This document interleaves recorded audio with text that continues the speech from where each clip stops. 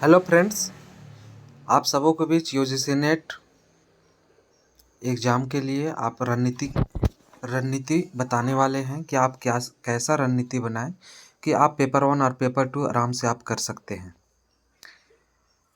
तो चलिए हम लोग देखते हैं कि रणनीति पर क्या विशेष ध्यान दिया जाना चाहिए और अभी से आपका जून जुलाई में आपका एग्ज़ाम होने वाला है, आप उसे आराम से सफलता पा सकते हैं। तो देखिए, सर्वप्रथम बात ये है कि कोई भी काम करने से पहले, है ना, जीवन का कोई भी काम करने से पहले आपको उस कार्य को करने के लिए सबसे पहले खुद पर भरोसा होना चाहिए, विश्वास रखना चाहिए। ठीक है। उसी तरह से यहाँ पर बताया जा रहा है कि आप विश्वास कीजिए कि आप जीआरएफ कर लिया है। ठीक है, पहला काम हो गया आपका। उसी तरह दूसरा काम है कि जब तक एग्ज़ाम ना हो जाए ख़त्म, ठीक है, तब तक आपको रोज़ पढ़ना है। 2 घंटा लगातार पढ़े, 3 घंटा लगातार पढ़े, 4 घंटा लगातार पढ़े, पर पढ़ना है, एक दिन भी नहीं छोड़ना है। अगली तीसरी बात ये ध्यान देना है कि आपके साथ, आपके परिवार के साथ, है ना, आपके जीवन में, व्यक्तिगत जीवन में कुछ भी हो जाए, पर आपका जो गोल टारगेट फिक्स किए हैं कि अबर का एग्ज़ाम हमको क्रैक करना है, पास करना है, ठीक है, तो उस टारगेट को हमेशा ध्यान देना है, भूलना नहीं है। ठीक है। तो आप लोग को बता दें कि ये 3 बात अगर आप पूरा क्लियर कर पाते हैं, ठीक है, और होता है, तो आगे का फिर रणनीति हम स्टार्ट करते हैं। पहले ही 3 काम आपको करना है और हमेशा ये 3 काम, 3 आपका माइंड में हमेशा लोड होना चाहिए। समझ गए? चलिए अब आगे चलते हैं। आगे में क्या है कि पढ़ने का तरीका, अगर जब आप रोज़ पढ़ने की बात है तो कैसे पढ़िएगा, तो बता दें कि आप 2 घंटा पढ़िएगा, 3 घंटा पढ़िएगा। तो वो जो 2-3 घंटा आप लगातार पढ़िएगा, वो दोनों का बीच एक ब्रेक होना चाहिए। समझ गए?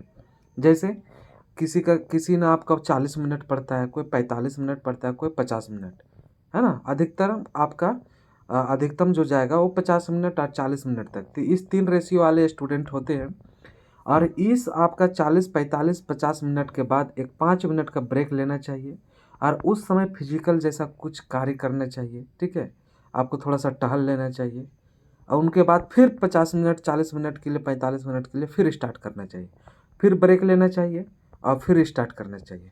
तो इस तरह से आपको लगातार पढ़ना है ना। अगर आप लंबा पढ़ रहे हैं, मैराथन पढ़ रहे हैं, 5-6 घंटा का पढ़ रहे हैं, तो आपको इस तरह से ब्रेक ले लेके ही पढ़ना चाहिए, तब जाके आप लगातार बन पाइएगा। ठीक है।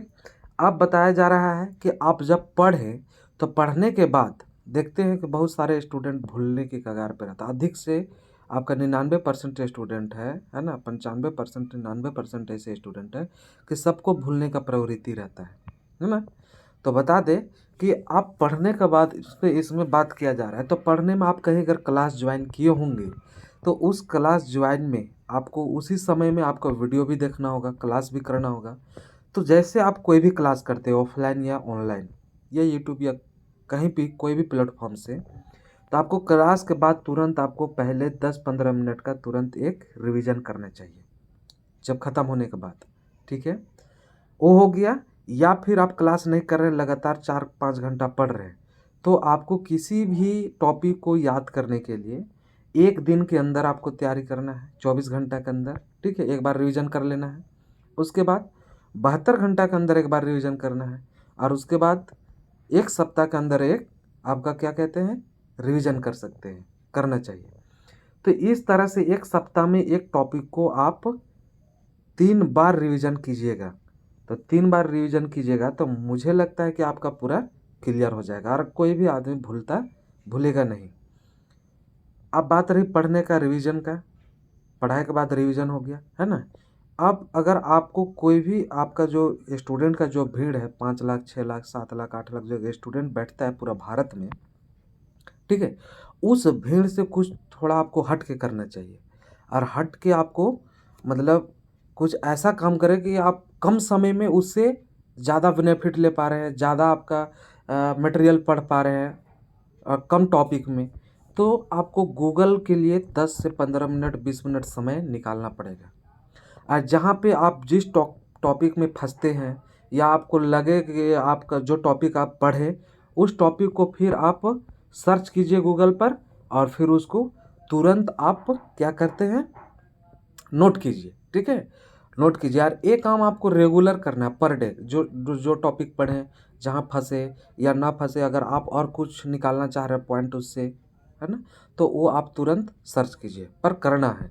इससे क्या होता है कि आप जो अगर बुक में आप या फिर नोट्स में आप देख रहे हैं 1-2 पॉइंट, आप गूगल में कीजिए तो क्या हो सके उसी का 15 पॉइंट फिर मिल जाए, 5 पॉइंट एक्स्ट्रा मिल जाए, 6 पॉइंट मिल जाए। इस तरह से आपका पॉइंट बढ़ेगा तो और भी स्टूडेंट का अपेक्षा आपके पास ज़्यादा पॉइंट, ज़्यादा थॉट, ज़्यादा आपका नॉलेज रहेगा। ठीक है, तो उनसे थोड़ा हट के आप सोचिएगा और आपका तैयारी में लगातार बना रहेगा। तो चलिए, इस तरह से आपका रिवीजन और रहा।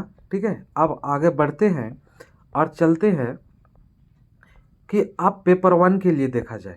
ये अभी तक हम लोग जो बतलाए पेपर 1 और पेपर 2 दोनों के लिए था, गूगल और आपका रिवीजन, है ना, और आपका पढ़ाई। तो अब देखिए कि पहले आपको क्या करना चाहिए। ठीक है, खास तौर पर यहाँ पेपर 1 को हम फोकस किए हैं। ठीक है, आपको पेपर 2 से तो लगातार करना चाहिए। ठीक है, जैसे यहाँ पर है कि पहले पेपर 1 में आपको मैथ वाला जो पोर्शन है, प्रतिशत, औसत, अनुपात, उसे देखना चाहिए। जब आप ये कंप्लीट कर लीजिएगा तब आपको डीआई में आना चाहिए। तो आपका 2 यूनिट यानी 5-5 10 क्वेश्चन आपका मुट्ठी में हो जाएगा। उसके बाद गद्यांश में आना चाहिए।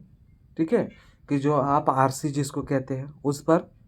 ठीक है, और ये आपको तो तीनों टॉपिक जो है, तीनों यूनिट जो है, आपको 10 से 15 दिन में कंप्लीट कर लेना चाहिए। ठीक है, उनके बाद जो आपके पास बचता है, ठीक है, उनके बाद जो आपके पास बचता है, शिक्षण, शोध, संचार, आईसीटी, ये आपको 1 महीने के अंदर में कर लेना चाहिए। ये आपको 4 यूनिट। अब उनके बाद दो पेपर 1 में जो बचता है, यूनिट 6। ठीक है, यूनिट 6, और उनके बाद ये आपका लॉजिकल रीजनिंग। ठीक है, आपका यूनिट 9। ठीक है, ये आपका है पर्यावरण डेवलपमेंट, और उसके बाद हायर एजुकेशन। ये तीनों यूनिट को फिर लास्ट में करना चाहिए। तो इस तरह से हम लोग को यूनिट कंप्लीट करना चाहिए पेपर 1 का, और उनके बाद रिवीजन उसी तरह से लगातार बरकरार करना चाहिए, बरकरार रहना चाहिए।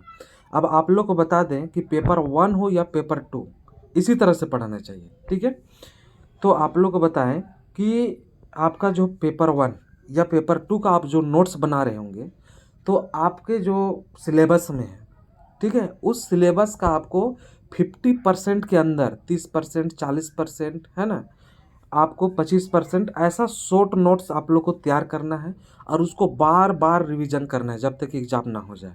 ठीक है, और नोट्स बनाना है आपको 25 से 30%, ज़्यादा से ज़्यादा आपको 40% जाना चाहिए, वो आपके नोटबुक में होना चाहिए। और उनके बाद है कि वो नोट्स जो बनाइएगा वो अपने भाषा में होना चाहिए। ठीक है, अपने भाषा में होना चाहिए।